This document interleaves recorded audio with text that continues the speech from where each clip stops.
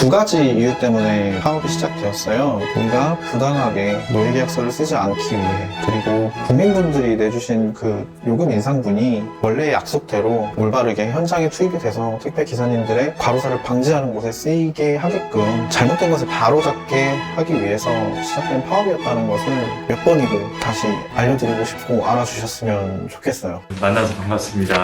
저는 스튜디오알 편집자 양승민이라고 하고요. 간단한 자기소개 한 번만 부탁드립니다. 네, 저는 지금 택배 기사로 CJ 대한통운에서 일을 하고 있고요. 그리고 택배 노조에서 미디어 담당으로 활동을 하고 있습니다. 그리고 유튜브에서 홍스 채널이라는 유튜브 채널을 운영하고 있는 홍스입니다. 만나서 반갑습니다. 택배 노동자이면서 동시에 이제 유튜브 채널을 운영하고 계시는 상당히 독특한 이력에 가지고 계신데요. 택배 노동자로서 하루 일과에 대해서 좀 간단히 좀 설명 부탁드려도 될까요? 제가 이제 노조 활동을 하는 이유가 사실 제가 뭔가 필요해서 제가 너무 힘들어 이렇게 하는 게 아니라, 저는 사실 배송국이 너무 쉬워요. 택배 기사님들이 보시기에도 쉬운 구역이고, 근데 옆에서 일하시는 분들이 너무 힘들기 때문에 그분들의 이야기를 좀 들려드릴게요. 아침에 7시까지 터미널로 출근을 하시고 오후까지 터미널에서 분류 업무를 하세요. 이 분류 업무가 차에 물건을 싣는 그런 과정인데, 뭐 힘들다거나 이런 일은 아닌데, 그동안에는 어떤 비용을 지급받지 못하고 무상으로 일을 해왔고 시간이 굉장히 오래 걸려요. 화요일 같은 경우에는 8시간 반 이렇게도 분류 업무만을 하기 때문에 배송 시간이 늦어지게 되죠. 배송을 하고 나서 배송이 끝났을 때 시간도 늦어지는데, 저같이 배송만 하는 택배 기사님들은 그나마 나은 편이고, 이제 집하 업무를 하시는 분들이 있어요. 뭐 쇼핑몰 같은 데서 고객님들한테 물건을 보낼 때 그 물건을 싣고 터미널로 오셔서 그 물건을 내려놓는 기사님들 같은 경우는, 저희 대리점에서 같이 일하시는 형님은 화요일 같은 때 11시에 끝나서 집에 들어가면 뭐 12시가 된다거나, 아침 7시에 출근을 했는데 다음날이 다 돼서야 들어가는 상황이 많다 보니까 과로사를 그래서 방지해야 된다라고 이해를 해주시면 좋을 것 같습니다. 1년 정도 택배 노동자로 일을 해오셨다고 들었습니다. 어떻게 좀 택배 노동자가 되셨는지 이런 것도 한번 여쭤봐도 될까요? 제가 이제 이전에는 가장 오래 했던 일이 사진을 찍는 일이었어요. 촬영을 8년 정도 프리랜서로 일을 했었는데, 제가 큰 차를 되게 좋아해서 큰 차를 몰아보고 싶다. 그래서 물류 업무 쪽으로 자연스럽게 중간중간 일을 하게 되면서 차량을 운전하는 것도 익숙하게 배우고 물류 업무를 자연스럽게 배우면서 쿠팡에서도 일을 했었고요. 경동택배에서는 이제 25톤 화물차를 운전을 하기도 했었고, 자연스럽게 넘어서 이제 CJ 대한통운에서 일을 하게 되었습니다. 우선 어떻게 노동조합에 가입하게 되셨는지 그런 계기랄지 이런 거 여쭤봐도 될까요? 제가 이전에는 노동조합을 활동한 적도 없고, 저도 이제 다른 분들처럼 노조에 대한 안 좋은 이미지가 있는 사람이었는데, CJ 대한통운을 왔는데 마침 저희 터미널에 노조가 창립을 앞두는 시점이었고, 저희 대리점에 노조가 생기고 있는 상황이었기 때문에 자연스럽게 노조에 대해서 가입을 할 거냐라고 물어보셨어요. 그래서 처음엔 당황했죠. 들어온 지 얼마 되지도 않았는데 노조에 대한 가입을 물어보는 상황이 당황스럽기도 했는데, 대리점 소장님과의 대화를 통해서 여기서는 나를 보호할 장치가 필요하다라고 느끼게 됐어요. 다른 택배 기사님들의 이야기를 통해서 대리점 소장님이 세금 문제라던가 갑질이 있다라는 것을 알게 되었고, 그것을 겪었다고 얘기하는 택배 기사님들이 옆에 계셨기 때문에 나를 보호하기 위해서 노조에 가입을 해야겠구나, 그렇게 생각하고 노조 활동이 시작되었던 것 같습니다. 노조 활동하시면서 어떤 것들을 경험하셨는지, 어떤 걸 느끼셨는지 좀 궁금합니다. 제가 이 CJ 대한통운에 들어온 시점과 노조가 만들어져서 노조 활동을 시작한 시점이 거의 같기 때문에 아무것도 모르는 상태였어요. 노조 활동도 모르고 일도 배워야 하는 상황이었고, 정말 우왕좌왕하면서 노조 활동을 했던 것 같고, 저뿐만 아니라 다른 택배 기사님들도 노조 활동 경험이 없다 보니까 모두가 서로 예민해지고 너무 힘드니까 의견 충돌도 많이 일어나고 싸우기도 하고, 그렇게 하면서 노조 활동을 이어왔던 것 같아요.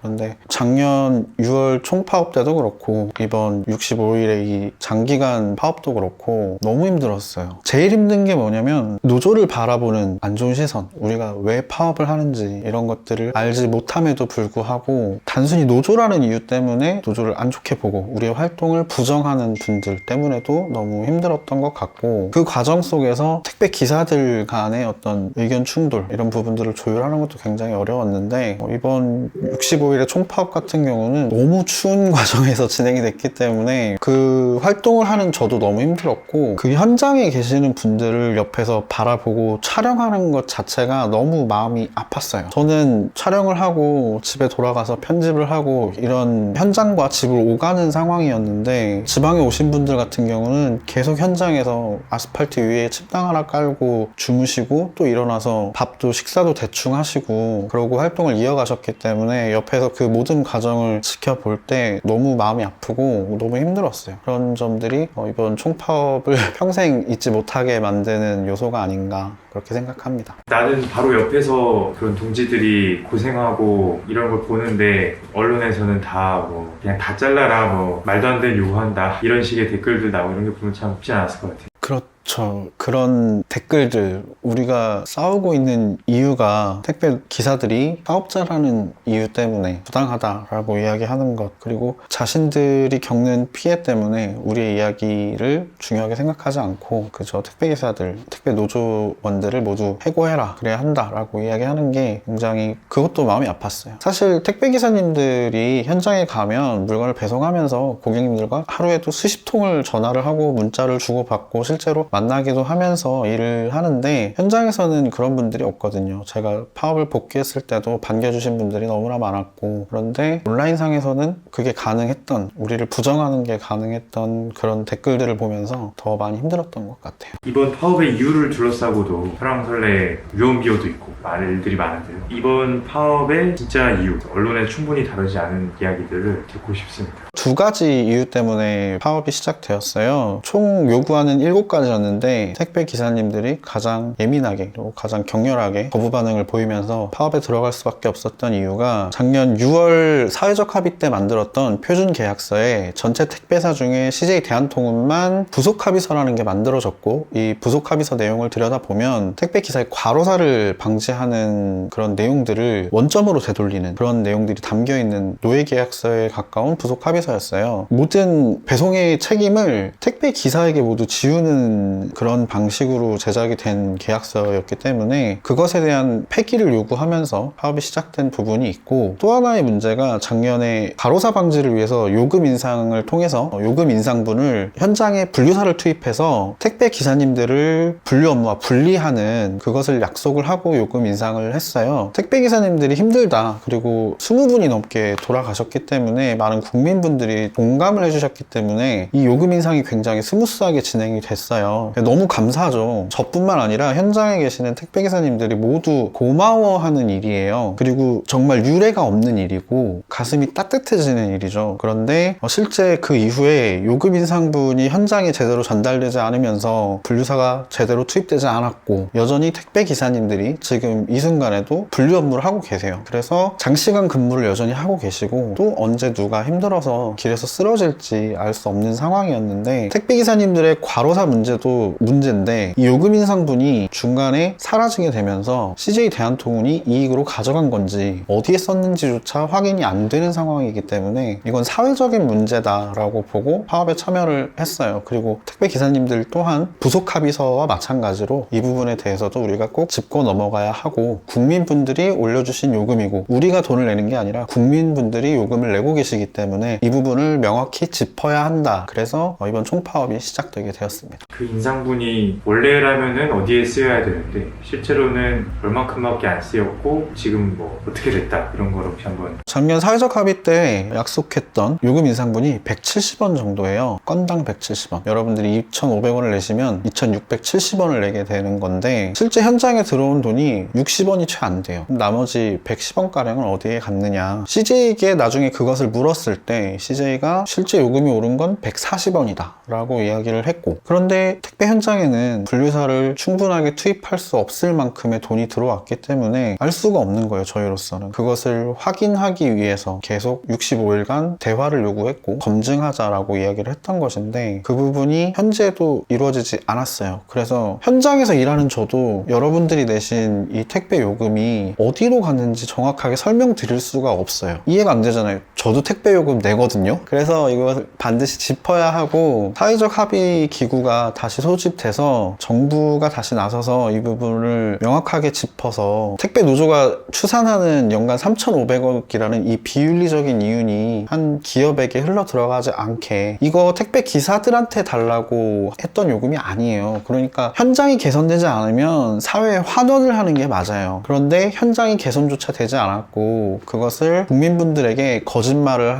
해서 현장이 충분하게 개선이 되었다라고 이야기를 하고 있는 상황이기 때문에 이런 부분들이 바로 잡아져야만 택배 기사님들이 국민분들에게 더 이상 죄송하지 않고 이런 장기간 파업으로 피해가 큰 상황이 반복되지 않을 거라고 생각을 합니다. 확실한 진실 중에 하나는 분류 노동자를 충분히 투입해서 더 이상 택배 노동자들이 바로사하지 않도록 분류 업무를 분리시킨다라고 하는 것이 그렇지 않은 현장들이 여전히 많다라는 사실일까요? 현장 상황을 말씀을 드리면 제가 일하고 있는 대리점의 경우에 지난 6월 사회적 합의가 이루어졌을 당시에 분류 도우미가 한 명이 들어왔어요. 그리고 4시간짜리 알바생으로 들어왔는데 4시간 이상을 구할 수가 없는 거예요. 돈을 안 주니까. 소장님들이 그것을 스스로의 이윤을 줄여가면서 감당하기에는 큰 금액이었기 때문에 소장님들도 적극적으로 분류사를 구인을 할 수가 없는 상황이었고, 그게 6개월 동안 유예기간을 주고 해가 바뀌면 100% 투입이 되고 택배 기사는 분류 업무와 분리가 된다라고 현장에 있는 모두가 알고 있는 사실이었는데, 그 후 6개월 동안 변화가 없었고 국토부는 9월 달에 중간 점검을 하겠다, 그때는 50% 이상 진행이 되어 있어야 한다라고 이야기를 했음에도 불구하고 국토부는 현장 점검을 진행하지 않았어요. 그래서 이번 파업이 일어난 이후에 국토부가 뒤늦게 현장 점검을 진행하면서 28%의 이행률을 양호라고 발표를 하면서 이 파업이 흐름이 바뀌어버리고 여론이 등을 돌리게 되면서 너무나 안타까운 현실이죠. 국토부에게도 그래서 묻고 싶어요. 왜 그렇게 발표를 했는지, 도대체 28%가 어떻게 양호가 나올 수 있는지. 4시간짜리 단기직 한 명 들어왔다라는 건데, 일을 안 해보신 분들은 어느 정도로 부족한 건지 조금 잘 모를 수도 있을 것 같아요. 어느 정도의 어떤 분류력이 필요한 곳인데 그거밖에 안 됐다고 봐야 되나요?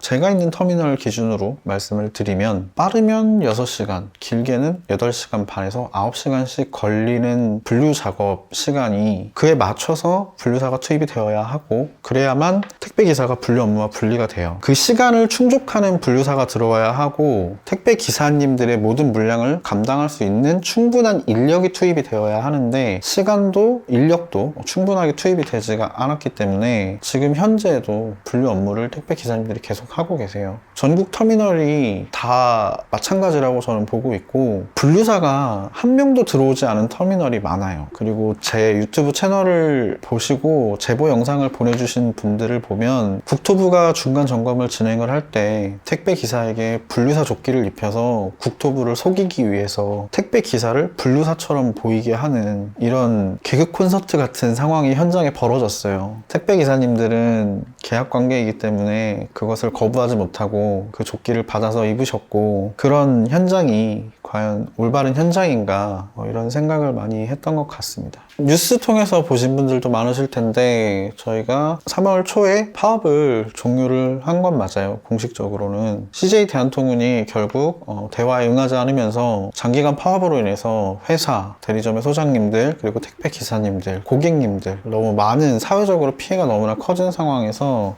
이것을 우선 현장에 복귀한 다음에 부속 합의서라든가 이런 부분을 다시 논의를 하자, 우선은 그렇게 대리점 연합회와 합의를 하고 파업을 종료하고 현장으로 복귀를 하게 됩니다. 그런데 이 과정에서 일부 소장님들은 부속 합의서를 반드시 작성을 해야 한다, 합의를 통해서 나중에 다시 논의를 하자라고 분명히 이야기를 하고 현장에 복귀했음에도 표준 계약서에 부속 합의서를 다시 끼워 넣고 택배 노조가 현장에서 어떤 개선 활동을 하는 것들을 포기하는 각서를 쓰고 복귀할 수 있다, 이렇게 이야기를 하면서 갈등이 다시 현장에서 일어나게 되었고, 오늘 날짜로 아직도 300명이 넘는 택배 기사님이 계약서를 작성하지 못해서 현장에 복귀하시지 못했어요. 그리고 100명이 넘는 택배 기사님은 계약 해지를 당하시는 상태입니다. 너무나 안타깝죠. 이분들이 현장에 복귀하지 못하면서 일부 지역에서 여전히 배송 서비스가 정상화가 되지 않는 상황이 맞아요. 그리고 택배 기사님들 전체가 너무 안타까워하고 있고 고객님들 또한 너무 힘들어 하시죠. 그 책임이 택배 노조의 태업이다라고 이렇게 언론에다 이야기를 하는 게 저는 이해가 안 돼요. 현장에 돌아갔을 때 그 합의조차 이루어지지 않고 현장에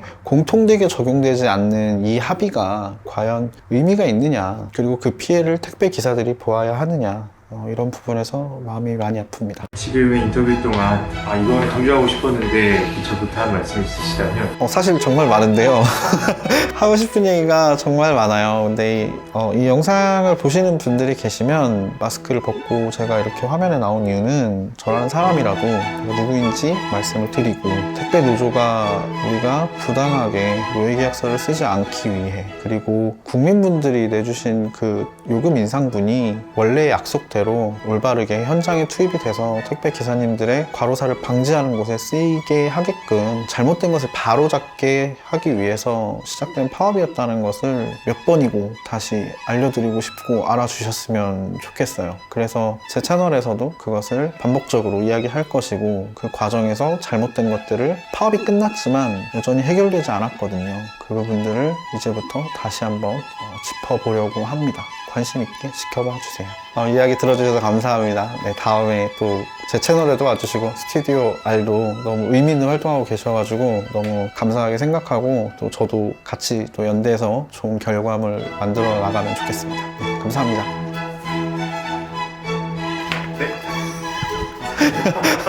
네.